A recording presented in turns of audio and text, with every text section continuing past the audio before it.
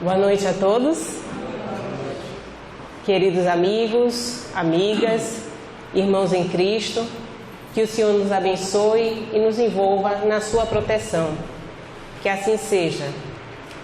Amém? Amém?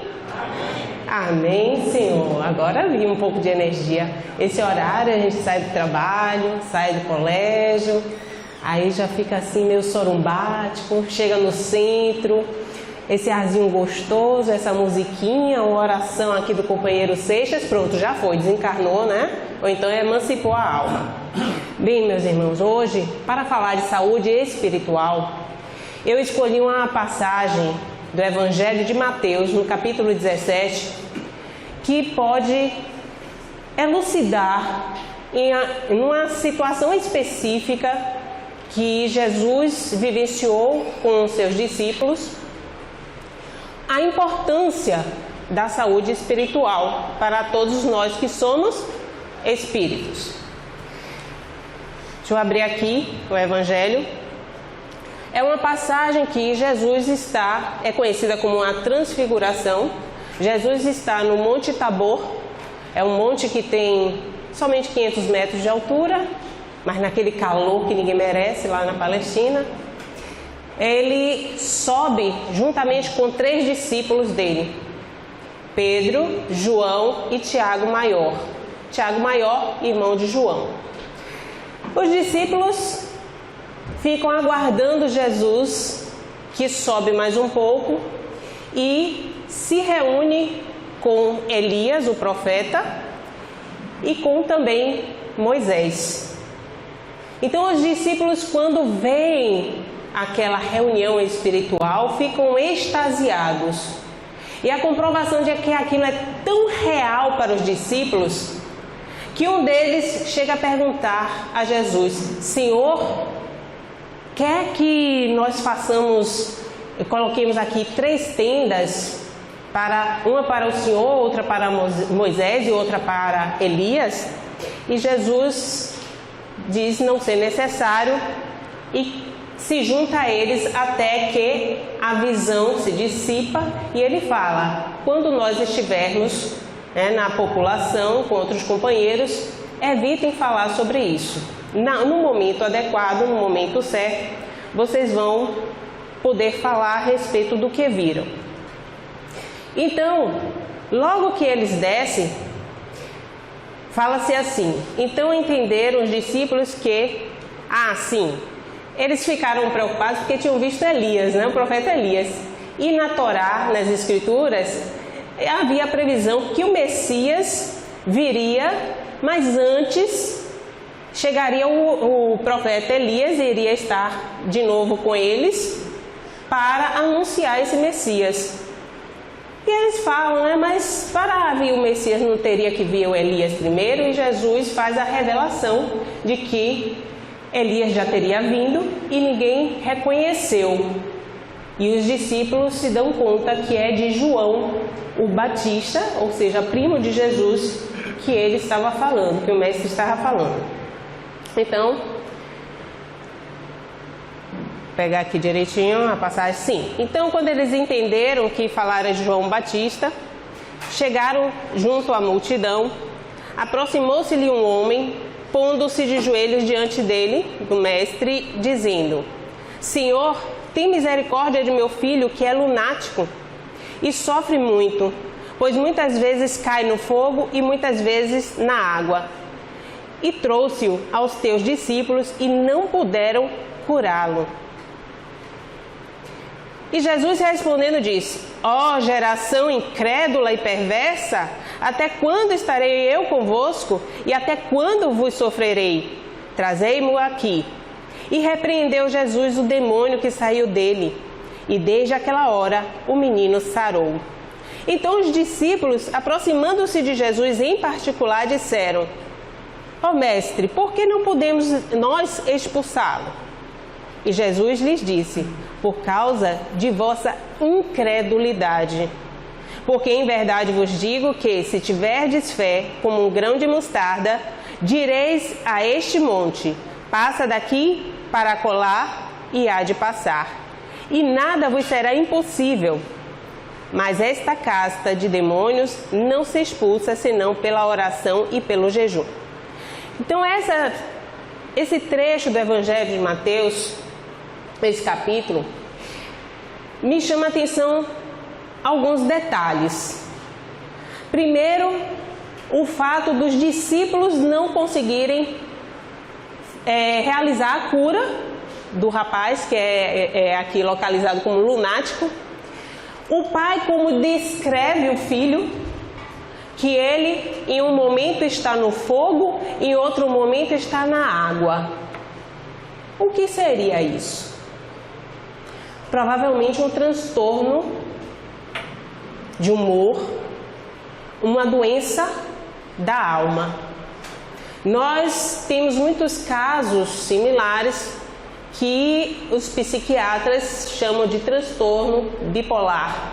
Uma hora a pessoa está completamente deprimida, entra em depressão, perde completamente o gosto pela vida, não tem vontade de fazer nada, não tem vontade nem de se mexer. Em outro momento, entra no estado de euforia, que às vezes pode atingir um grau tão alto que a pessoa ela tem determinadas atitudes, ações que ela não raciocina o que está fazendo. São exageradas, exacerbadas. Então o pai o descreve assim, o lunático. Em uma hora está na água e a outra hora está no fogo. Outro detalhe, Jesus repreende os seus discípulos. Oh, raça incrédula! O que é incrédulo? É aquele que tem pouca fé. É aquele que pouco crê. E também repreende avisando já que não estará em breve com os discípulos, porque ele é o Messias e diante das Escrituras, realmente o Messias estaria aqui somente de passagem e iria sofrer mais tarde todas as atrocidades que estavam previstas no livro, na Torá, nos 5 livros de Moisés. Então ele fala, raça incrédulas, faltou-lhe fé, em primeiro lugar. E chega a dizer que a fé é um ingrediente tão poderoso para atuar na nossa cura. Aí eu digo tanto cura física como cura psíquica, e nós vamos esmiuçar um pouco isso mais à frente, que é tão importante que ele faz aquela metáfora, que se você tiver realmente vontade, tiver uma fé pequena como um grão de mostarda, o grão de mostarda é uma semente pequena, mas se vocês conhecessem a árvore da mostarda, é uma árvore frondosa, grande, vistosa. Então o que Jesus está dizendo, a nossa fé, ela parte de um desenvolvimento. Se você começa a cultivar a sua fé, mesmo do tamanho de um grão de mostarda, a tendência é que cada vez ela vá crescendo, ela vá se fortalecendo. E é a nossa conexão com o Criador. É a nossa conexão com o Criador. Então, só lembrando os conceitos do Espiritismo, na doutrina espírita, nós somos tridimensionais. Nosso corpo é um corpo trino. Na nossa essência somos espíritos, né? Essa fagulhazinha, essa centelha divina, como dizem os espíritos. Temos um corpo espiritual, que aqui está como perispírito. Um corpo espiritual que nós nos apresentamos no mundo espiritual, encarnados ou desencarnados. Porque quando dormimos, espero que ninguém faça isso agora, quando nós dormimos, há um afrouxamento dos laços perispirituais com o corpo orgânico, que permite que o nosso corpo espiritual adentre em outras dimensões. Ah, Karina, peraí, quer dizer que eu vou para o que seria essa outra dimensão? O que são outras dimensões? Eu estou aqui no centro, que se eu der uma cochilada e de repente acontecer esse negócio de emancipar minha alma, eu vou para outra dimensão, eu não vou estar aqui? Pode estar fisicamente aqui, como pode estar psiquicamente em um lugar completamente diferente. Para ser didático, porque eu estou vendo as carinhas assim que nem estão piscando, vocês sabem que quando a gente quer assistir televisão, nós temos vários canais, não é isso? A gente chega em casa, liga a nossa TV, mais tarde o pessoal, eu sei que vai querer acompanhar o Segundo Sol, né? A novela, as atrocidades que tem lá, para apimentar a vida, mais difícil do que ela está. Então, se tem várias emissoras de TV, eu ligo a TV, estou assistindo a Globo, as outras emissoras deixaram de transmitir. Meu vizinho pode estar assistindo SBT, o outro pode estar assistindo Record. Elas estão transmitindo, não estão? Então elas existem. Eu estou fazendo um paralelo para a gente entender as dimensões. As dimensões existem. Sim, Karina, mas o que é que tem isso a ver com a emissora?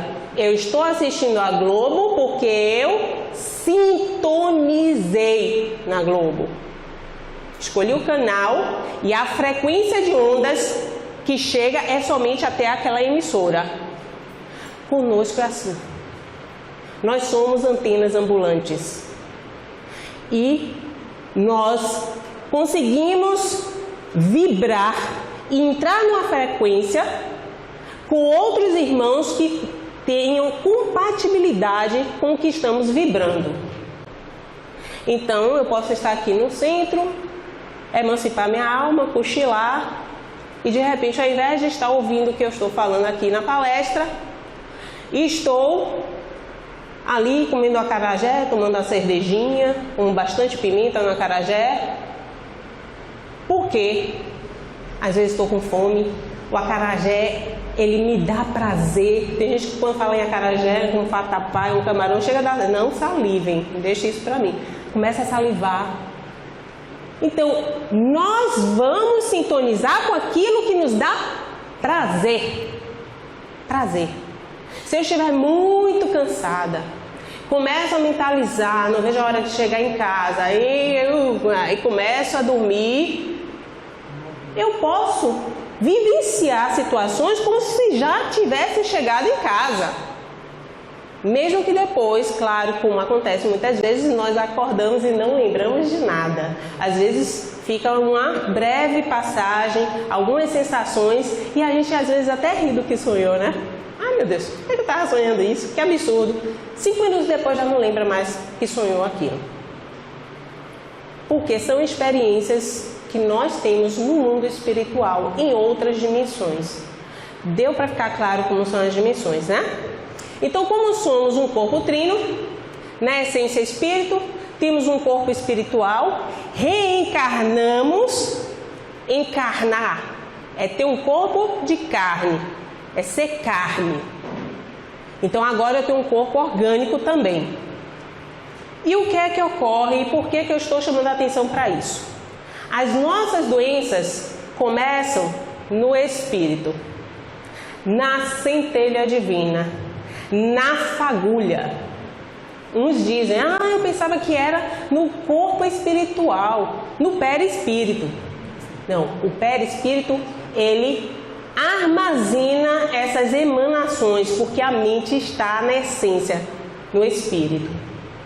Então, a partir do momento que o perispírito recebe as emanações do espírito, se nós estamos encarnados, ele vai refletir em outro corpo, que é o nosso corpo orgânico, o corpo material. São assim que as doenças ocorrem. E como isso se dá? Espiritualmente, a gente pode dizer que a doença, ela tem vários estágios e várias causas. Eu tenho, por exemplo, posso desenvolver uma doença por sofrer um acidente. Chego ali na rua, me bato num ferro sem querer, pá, lasquei minha perna. E aí vou ficar com a perna toda inchada, vou dar ponto. Se eu não cuidar, isso pode infeccionar e aí vai. Eu conheço gente, eu tive uma tia mesmo, não conheço não. Tive uma tia que em viagem, indo para o interior com o marido, jogaram uma pedra na hora que o carro ia passando e a pedra quebrou o para-brisa bem na direção dela e ela com o antebraço segurou e partiu o braço. Ela fez 5 cirurgias no braço. Mas não foram 5 cirurgias rápidas não. Foi um sofrimento de quase 10 anos com esse braço. Isso deprimiu muito minha tia. Foram 10 anos muito difíceis para toda a família. Não só para ela, como para nós, os parentes que nós estávamos acompanhando, né, todo o desenvolvimento, desenlace de algo que poderia ter sido simples. A gente vê aí as pessoas brigando na rua, jogam uma pedra no outro, parece que não é nada, mas pode ser algo muito sério. Então pode ser algo material que nos atinge, mas muitas vezes, como eu falei, são provenientes do espírito. E como podem ser provenientes do espírito? Letra A, primeira opção. Devido às minhas encarnações anteriores, eu fui reencarnando, as minhas ações, minhas atitudes, o mal que eu fiz contra os outros, o mal que eu fiz contra mim, aqueles que, por exemplo, foram suicidas em alguma das reencarnações anteriores, ainda, às vezes, um suicídio, um ato e uma encarnação, é necessário que reencarne várias vezes para dizimar aquele resquício de problema que fica registrado no perispírito de quem cometeu esse ato.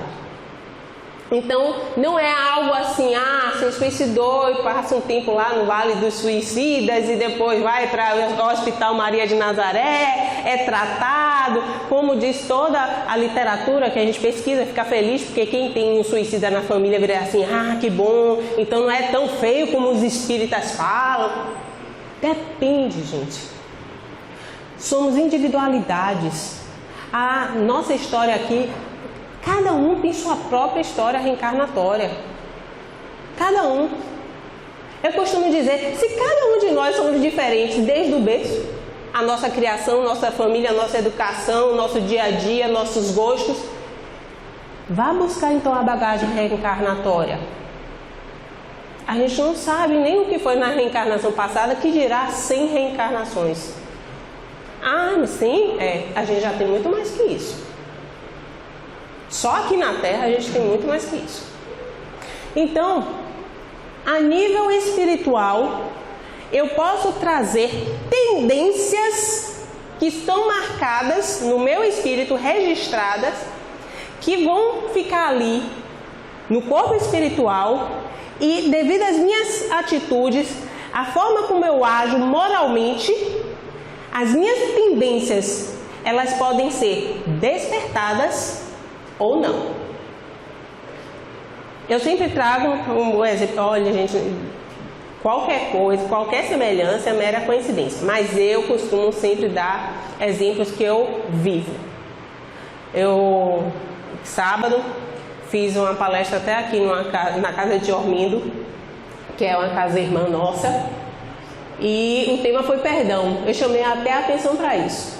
Eu tive um probleminha 2 anos atrás que me travou de forma que toda vez que vinha esse tema na minha frente, perdão, virava assim, meu Deus, não deixa que eu tenha que falar sobre perdão um dia, porque eu ainda não consigo perdoar. Porque todas as vezes que eu achava que tinha perdoado, quando eu aparecia a pessoa, vinha aquela raiva, aquela angústia, eu, poxa, não perdoei ainda, como é que eu faço? Aí toma a oração, né? Toma a oração, desejando bem a pessoa, que a princípio a gente estava, né? Tomara que se lasque. Não, a gente já começa assim, tomara que tenha tudo certo para ela, esteja bem, focalizando a família. E você começa a emanar coisas boas para quem te fez mal. Como diz Jesus, amai o vosso inimigo, não é isso? E foram 2 anos de exercício. Quando veio o tema perdão, tá na hora. Porque até então não tinha chegado. Eu só ficava, meu Deus, só me mande na hora que eu estiver preparada. Porque eu me sinto à vontade de falar de coisas que eu estou experimentando, que eu estou vivenciando. E falo com toda a alegria do coração, dizendo assim, tá dando certo.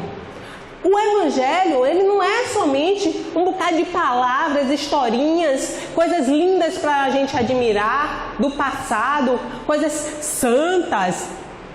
Não. O Evangelho é o nosso dia a dia. Infelizmente, nós nos equivocamos tanto diante da realidade que vivemos, que seja bom, aí você leva a rasteira de alguém e fica assim, ser bom é ser bobo, besta, como muitos falam. Não, você tem que ser esperto, tem que passar a perna nos outros. Não é isso que o Evangelho diz. O Evangelho diz para investir na sua bondade, para você ter certeza que o erro do outro não vai fazer com que você fraqueje. Porque não é porque o outro é mau que eu também serei mau. Como diz Santo Agostinho, se o outro é mau, se você for mau também, nós teremos duas pessoas maus, né? E não um só. Então o mal só aumenta. Então o outro não pode interferir nos valores que a gente tem que desenvolver. Que a gente está ali, se esforçando para ser melhor. E acreditar nisso. Porque não foi um contador de histórias que nos traz esses valores e falam para a gente que se nós amarmos, formos caridosos, bondosos uns com os outros, fraternos. Quem disse isso foi Jesus.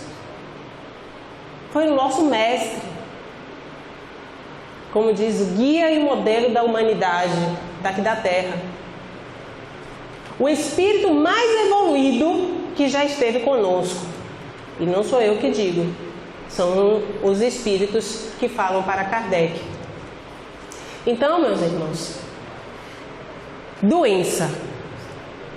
Quando a gente tem determinadas tendências, a gente tem a vontade de explorar, mas sabendo que aquilo nos faz mal, devemos combater com toda a força. Então, por exemplo, vícios. A gente vem com determinadas tendências a vícios, porque na encarnação passada a gente bebia, a gente fumava, né? Foi uma época, inclusive, até principalmente no final do século passado, retrasado, né? Porque o século passado já foi o século XX. Então, o cigarro era moda, era glamour. As pessoas, eu sei de muitas pessoas assim mais idosas, né, da minha família, que me contavam na minha adolescência, que fumavam não com prazer, mas só para ser glamouroso, elegante, né, um charme. Hoje a gente sabe que isso faz mal.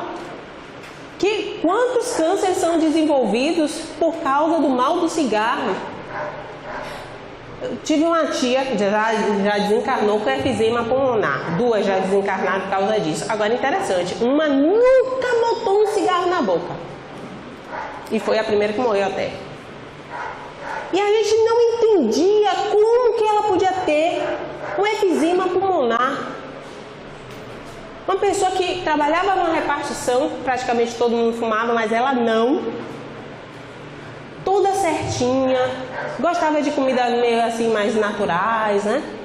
Não era vegana não, mas toda pra frente, saudável. Desenvolveu efizema pulmonar, aí operou, tirou metade de um pulmão, depois tirou um pulmão, só ficou a outra banda e depois encarnou. Uma outra tia minha que fumava horrores, enterrou a minha tia que não fumava, mas também acabou desenvolvendo efizema pulmonar e também desencarnou. Então, as duas tinham tendências. Entenderam? Nós trazemos essas tendências de outras encarnações, de tudo que nós já vivenciamos. Só que aqui o planeta já diz que é de provas e expiações. Se é expiação, em algum momento a gente traz essas tendências para a gente combater, vencê-las e depois reencarna novamente com essas tendências como prova. Não é pouco não. Então a gente tem que ter muita força de vontade para combater todos os males que já vêm registrados em nós. Para a OMS, a saúde é um estado de total bem-estar em 3 aspectos: físico, mental e social. Físico, a saúde física orgânica. Mental, a mente principalmente que nós falamos na doutrina espírita. No caso, o nosso mental é o espiritual. E social.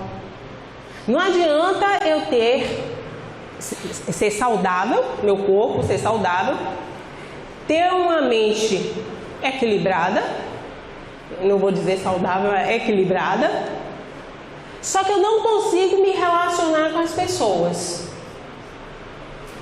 não consigo interagir, eu não consigo ser fraterna, eu não consigo contribuir, ou não consigo pedir ajuda, porque aí são sentimentos que são desenvolvidos. É o orgulho que temos que combater, é o egoísmo. Então esse lado social está muito ligado às nossas mazelas sentimentais.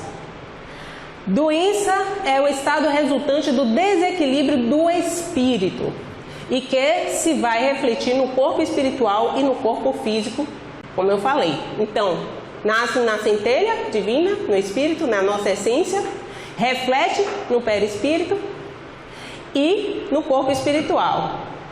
Aí minha tia, coitada, desencarnou, né, de efizema, puf, vai para o mundo espiritual, o quê? Está transitando no mundo espiritual com o corpo espiritual, o perispírito, não é isso? Nesse perispírito que minha tia está transitando no mundo espiritual até que ela reencarne, o que é que está acontecendo? Estão lá gravadas as experiências que ela teve. Ela desencarnou de quê? Eu já esqueci. Que? Efizema pulmonar. Então ela está com a região torácica ainda carregada, né, de resíduos, que quando ela reencarna, o que é que vai acontecer? Sumiu? Não, está ali. Com a tendência novamente a vir fumar ou a desenvolver a doença. Entenderam? E a cura? Estado que aparece quando o espírito se reequilibra e que também se reflete nos 2 corpos, espiritual e físico.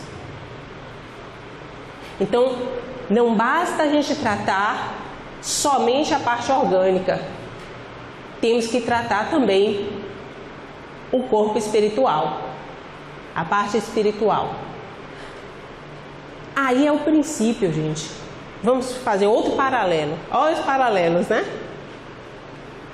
Estou doente, como eu estive, né, há um tempo atrás.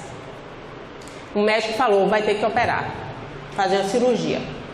Ah, mas é uma cirurgia simples, de 40 minutos. Tá. Cirurgia marcada, internei, fui para a sala de cirurgia. Na hora que abriu, eu com uma anestesia, na hora que abriu, meu Deus, dá outra anestesia nela, mais uma geral aí, porque 5 horas de cirurgia. Eu só consegui sucesso nessa cirurgia orgânica, porque antes disso ainda tinha feito um tratamento espiritual. Poderia ter feito uma cirurgia mesmo espiritual. Qual é o princípio da cirurgia espiritual? A orgânica, a gente chega lá, deitou, vão abrir a gente em algum lugar e vão tirar o que está ruim. Se tiver como repor algo que esteja bom, vão colocar, ou então só retirar o que está ruim, não é isso? Uma cirurgia não é assim?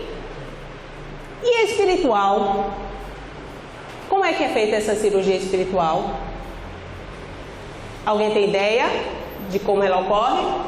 O corpo espiritual também está deitado em algum lugar confortável. Vão lá os médicos espirituais No mundo espiritual tem professor médico, viu? Tem enfermeiro, tudo, tem professor, tem todas as profissões que nós temos aqui. Aqui estamos encarnados no mundo material, que é uma cópia imperfeita do mundo espiritual, de alguma dimensão do mundo espiritual.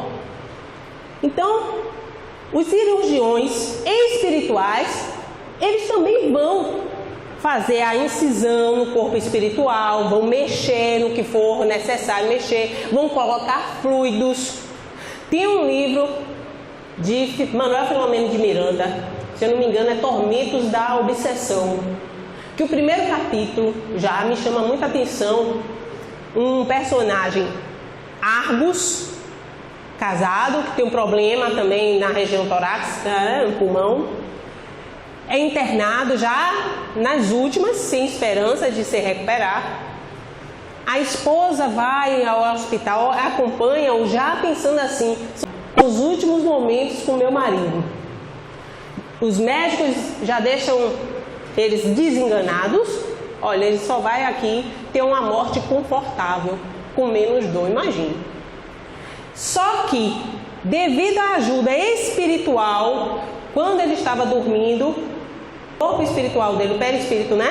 Havia a emancipação da alma, ele ia para o mundo espiritual e era tratado pelos médicos espirituais.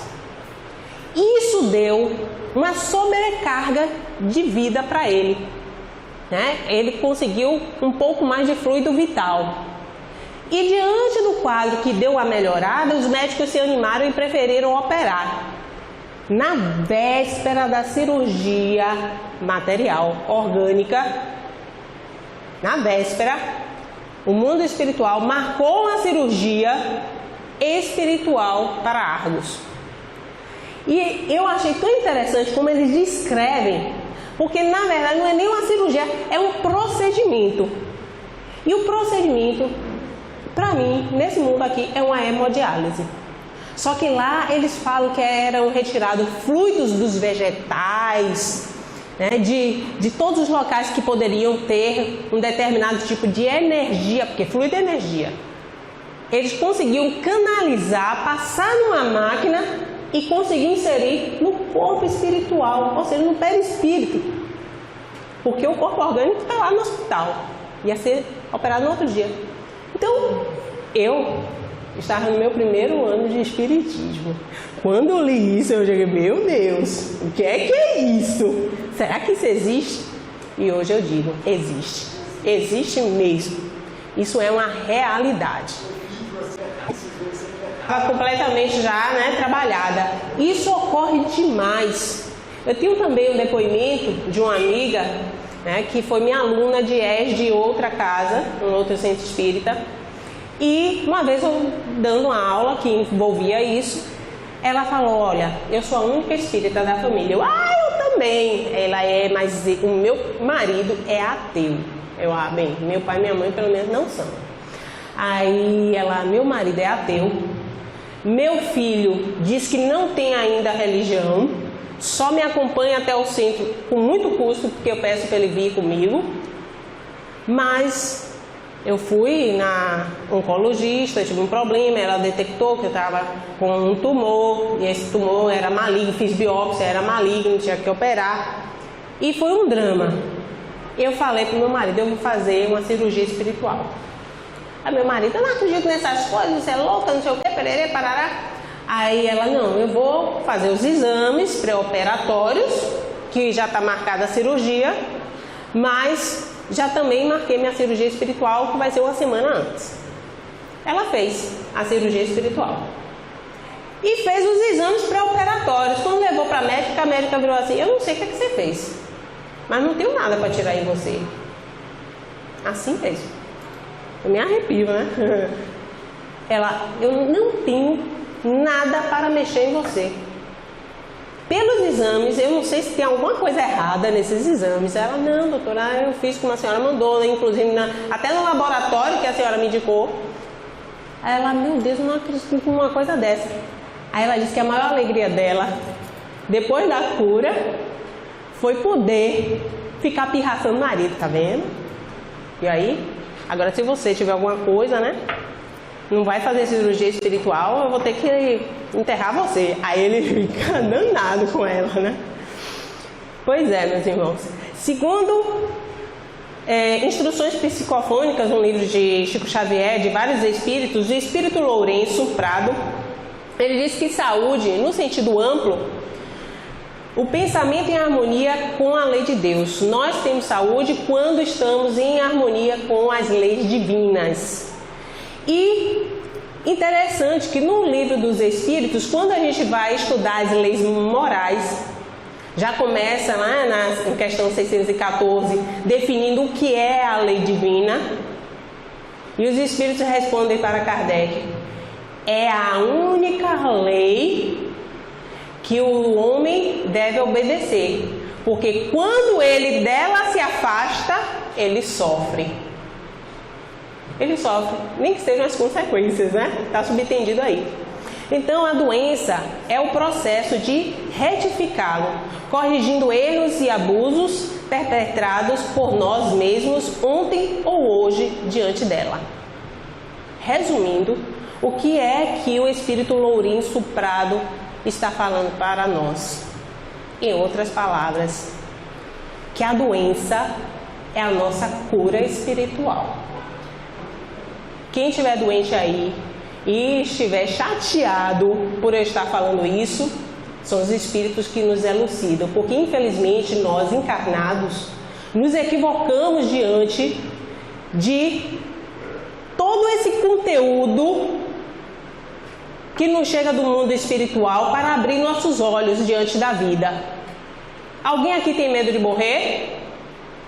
Não, nem todo mundo corajoso. Todo mundo pode partir agora mesmo, cair um raio aqui e destruir vocês, né? Não. É isso? Ninguém quer. Mas tem medo também, né? Ninguém quer e tem medo. Olha, eu tenho, no sentido que eu tenho em relação aos outros, não em relação a mim. Em relação a mim, eu parto tranquila.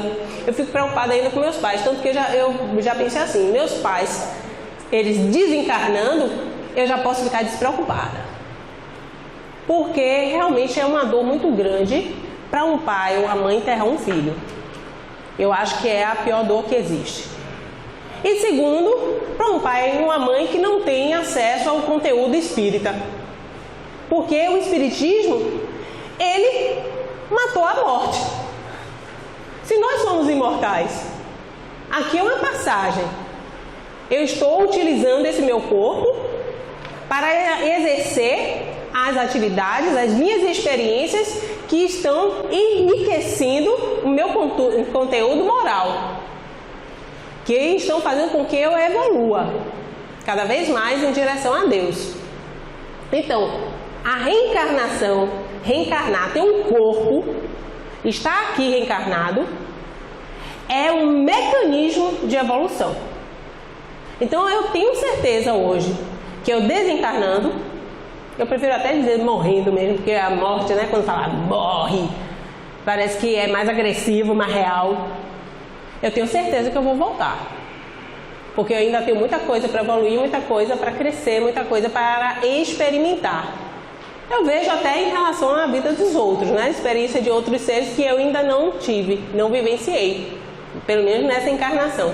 Então, isso é uma certeza minha, mas não é a certeza daqueles que convivem comigo. Então eu fico me compadecendo do sofrimento dos outros, entendeu? Nesse aspecto ainda. Mas depois disso a gente, eu venho aqui, me despeço de vocês com fé em Jesus, né? Se não, aparece uma reunião mediúnica, quem quiser participar. Bem, o homem é um ser imortal, a caminho da felicidade plena, procurando em cada encarnação a maturação que o leve à perfeição. Eu acabei de falar. Então, na doutrina espírita, como eu falei, 3 gêneros de doença a saber. As doenças já adquiridas, que são provocadas por desequilíbrios tidos nesta vida atual. Então, são coisas que eu não trazia a tendência, mas devido ao meu comportamento, eu crio essas novas tendências congênitas provenientes de um ou vários desequilíbrios das vidas passadas e hereditárias, tendências genéticas que, ante uma fragilidade na presente existência, se manifestam sob a forma de doença. É uma predisposição kármica. Predisposição kármica. A doença é adquirida, é desenvolvida. Aí vai depender de cada um de nós, das nossas reações diante das experiências no mundo.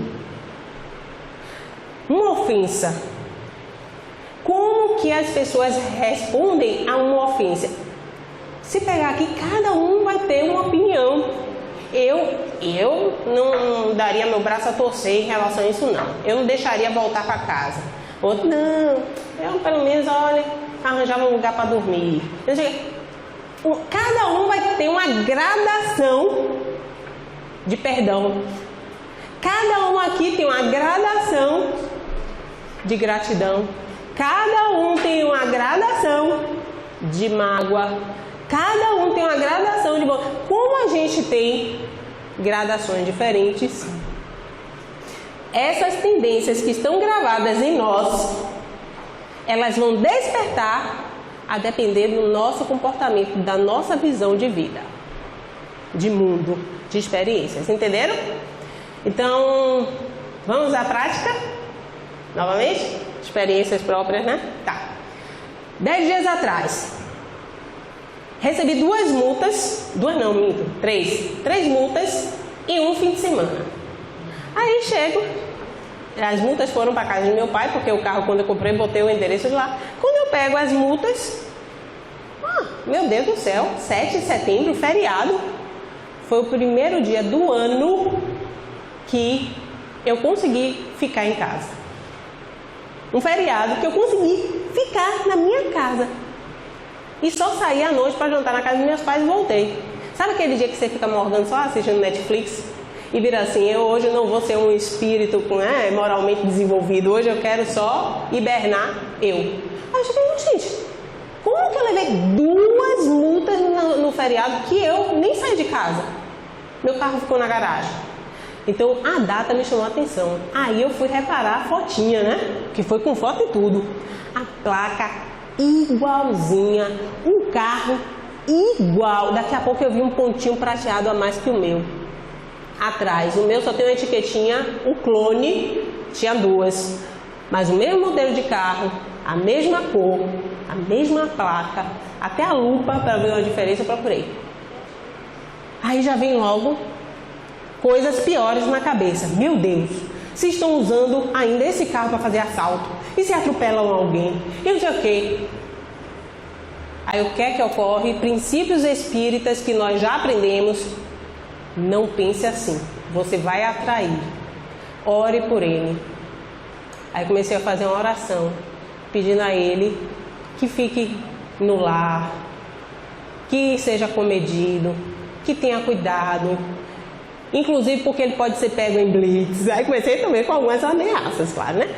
Pode ser pego em blitz, ande cuidado. E fui tomar as providências que eu tinha que tomar. Acabou. Não tem mais o que fazer. Eu vou fazer o quê? Vender o carro? Vou botar o problema na mão de outro, né? Trocar de carro na concessionária? Tô rica. Não. Ainda na próxima encarnação a gente pode até melhorar um pouco o plano reencarnatório, mas agora não dá. Então, aí a gente tem que ter calma, orar, pedir a proteção de Jesus, pedir para que Ele nos dê condições emocionais para lidar com essas situações que Ele mesmo, através do exemplo, nos ensina a nos portar. Jesus, quando foi preso, Jesus, eu fui preso. Não, né? Não fez escândalo nem nada. Passivo, foi lá. Foi questionado por Caifás, depois por Herodes, depois por Pilatos. Tranquilo, em paz, padecendo de tudo. Vendo a infantilidade dos outros acontecendo e cumprindo as escrituras, raciocinando o tempo inteiro. Então, É essa postura que nós temos que ter diante da vida. Tudo passa. Tem uma música que diz, né? Tudo passa, exceto Deus. Tudo vai passar, e passa mesmo. Então isso me acalmou. Aí vai. Daqui a pouco, problema com a companhia telefônica. Aí eu, pronto, meu Deus do céu. Eu calmo. Isso daí a gente resolve, nem que seja na justiça. Não resolve, resolve. Aí demora um pouquinho, mas paciência. Não vou mais perder minha saúde com coisas do mundo. Porque isso dá um desequilíbrio em nós, inquietações emocionais, que abrem brechas para você ter enxaqueca, para você ficar com dores no corpo. E aí daqui a pouco você está doente, pegou uma virose, né? Assim, a gente quando não sabe o que é uma virose e não sabe por quê. Reflexo das suas preocupações, das suas ansiedades. Caminhando para o fim, nós alimentamos essas neuroses. E o que é uma neurose? É um estado alterado de personalidade, no qual a pessoa tem sensações que não correspondem à realidade e pensamentos que fogem ao controle. Então, diante de uma situação, se eu não tenho controle, o que é que ocorre? Essa situação de um gatinho vira um ursão. Entenderam? Por quê, gente? Nós não vivemos sozinhos. Pensamos que estamos, mas não estamos. Nós vivemos em multidões de espíritos desencarnados. Tem até um nome que chama os espíritos que estão sempre conosco, próximos, aqueles que poderíamos dizer que seriam obsessores porque estão esperando só uma oportunidade para se aproximar mais, para fazer o mal, ou aqueles que querem nos fazer o bem, espíritos simpáticos, familiares, que estão ali. Isso nós chamamos de egrégora. Os espíritos que convivem conosco. Encarnados, nós não temos espíritos encarnados no dia a dia convivendo com a gente, na família, no trabalho, no colégio, na faculdade, não é isso? Vivemos em comunidade. Nessas comunidades, como são os espíritos? Aí você pensa na sua família, tem aquele que é chato, tem aquele que é bonzinho, tem aquele, né? No trabalho, tem aquele que é inteligente, tem aquele que é incompetente, tem de tudo. Esse povo desencarna, vai para onde? Continua junto com a gente, né? Só que desencarnado. Assim, nós estamos constantemente vivendo as nossas situações juntamente com os espíritos que sintonizamos, que nos são familiares, que fazem parte daquele conjunto. E isso influencia também na nossa mente, no nosso modo de pensar. Como pergunta Kardec, né? Se os espíritos nos influenciam, e os espíritos respondem, né? Constantemente.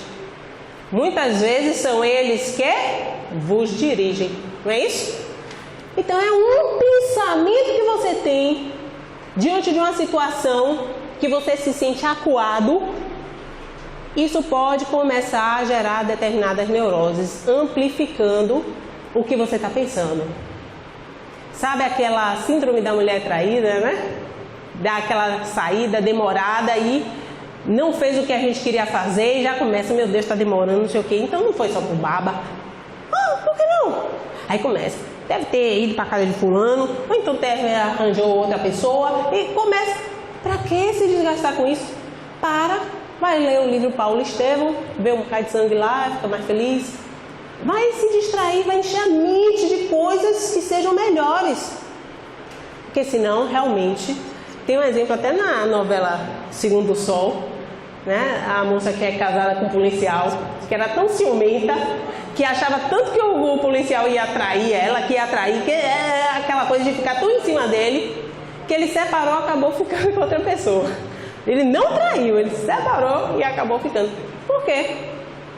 Porque isso vai criando uma bola de neve na cabeça, na mente da pessoa, cria situações que não existem, mas essas situações não existem na realidade, na cabeça existe, e nós reagimos como se elas existissem. Então, se alguma coisa nos magoa, nos atinge, dói. Se amanhã eu lembro do que aconteceu, vier essa mágoa, essa dor, essa angústia no meu coração, o que é isso? Ressentimento. O que é ressentimento? Estou ressentindo a situação só porque lembrei. Entenderam? A dificuldade do nosso perdão é essa, que a gente fica com o disco furado até conseguir tirar a agulha do disco. Bem, eu não vou passar tudo não, até porque isso aqui é um seminário, viu? Vou aqui finalizar somente com o tratamento. Aqui. Dá tempo. Medicamentos do espírito. Colhemos do magnetismo sublimados benefícios. Quais seriam eles? O passe da casa espírita é uma transferência fluídica. É uma transferência fluídica com contribuição do mundo espiritual. Oração, que segundo Kardec, lá na Lei de Adoração, do Livro dos Espíritos, deixa-nos claro que quando nós oramos, nós devemos louvar, ou seja, nos alegrar com a criação, com o Criador, louvar, tá? Agradecer todas as bênçãos que nos chegam todos os dias, até por estar vivo, vivendo nossas experiências, que mesmo que pensemos que sejam ruins, são boas para o espírito. E por fim, pedir. Pedir com sentimento, pedir com amorosidade e com vontade. Por que eu estou enfatizando esse pedir? Porque já foi descoberto o efeito que nós chamamos de efeito Isaías.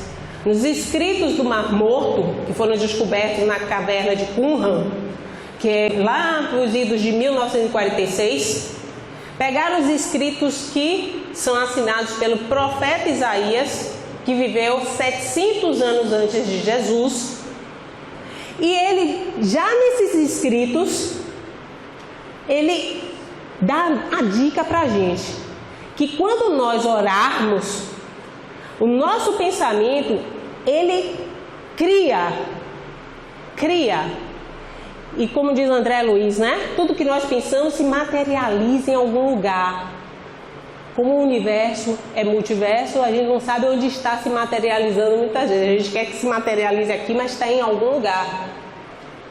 Então o próprio profeta Isaías diz o seguinte, que quando você orar, na hora que você pedir, já sinta como se tivesse recebido. Porque em algum lugar do universo isso já ocorreu.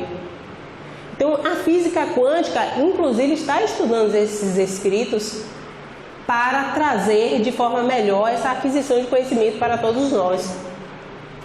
Água fluidificada. O benefício. Tem gente que até me pergunta, eu tenho que abrir a garrafa, tenho que fechar a garrafa. Não se preocupem, que nas moléculas, as moléculas são formadas por átomos. Os átomos, quando a gente vai examinar, até os elétrons que orbitam em torno do núcleo do átomo, tem espaço entre eles.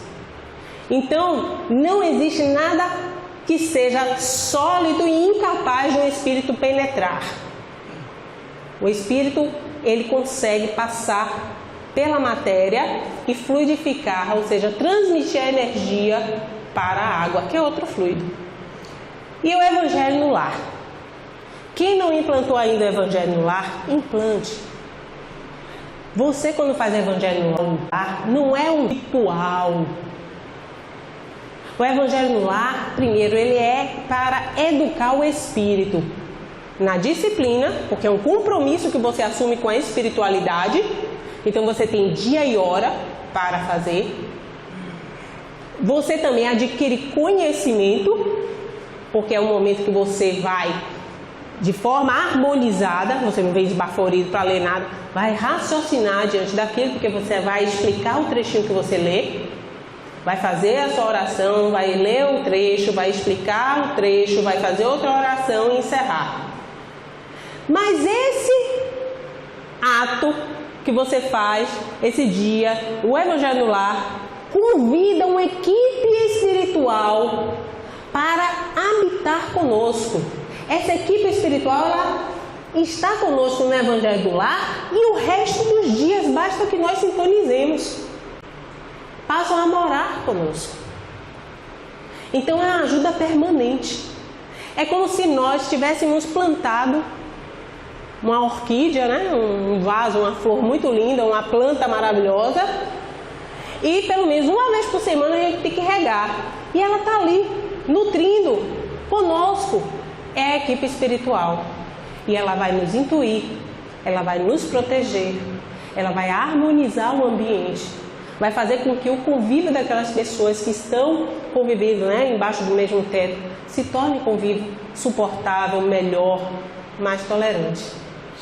Então eu espero que com essas dicas nós consigamos ter uma saúde espiritual que reflita na nossa felicidade de saúde material para todos nós aqui. Muita paz.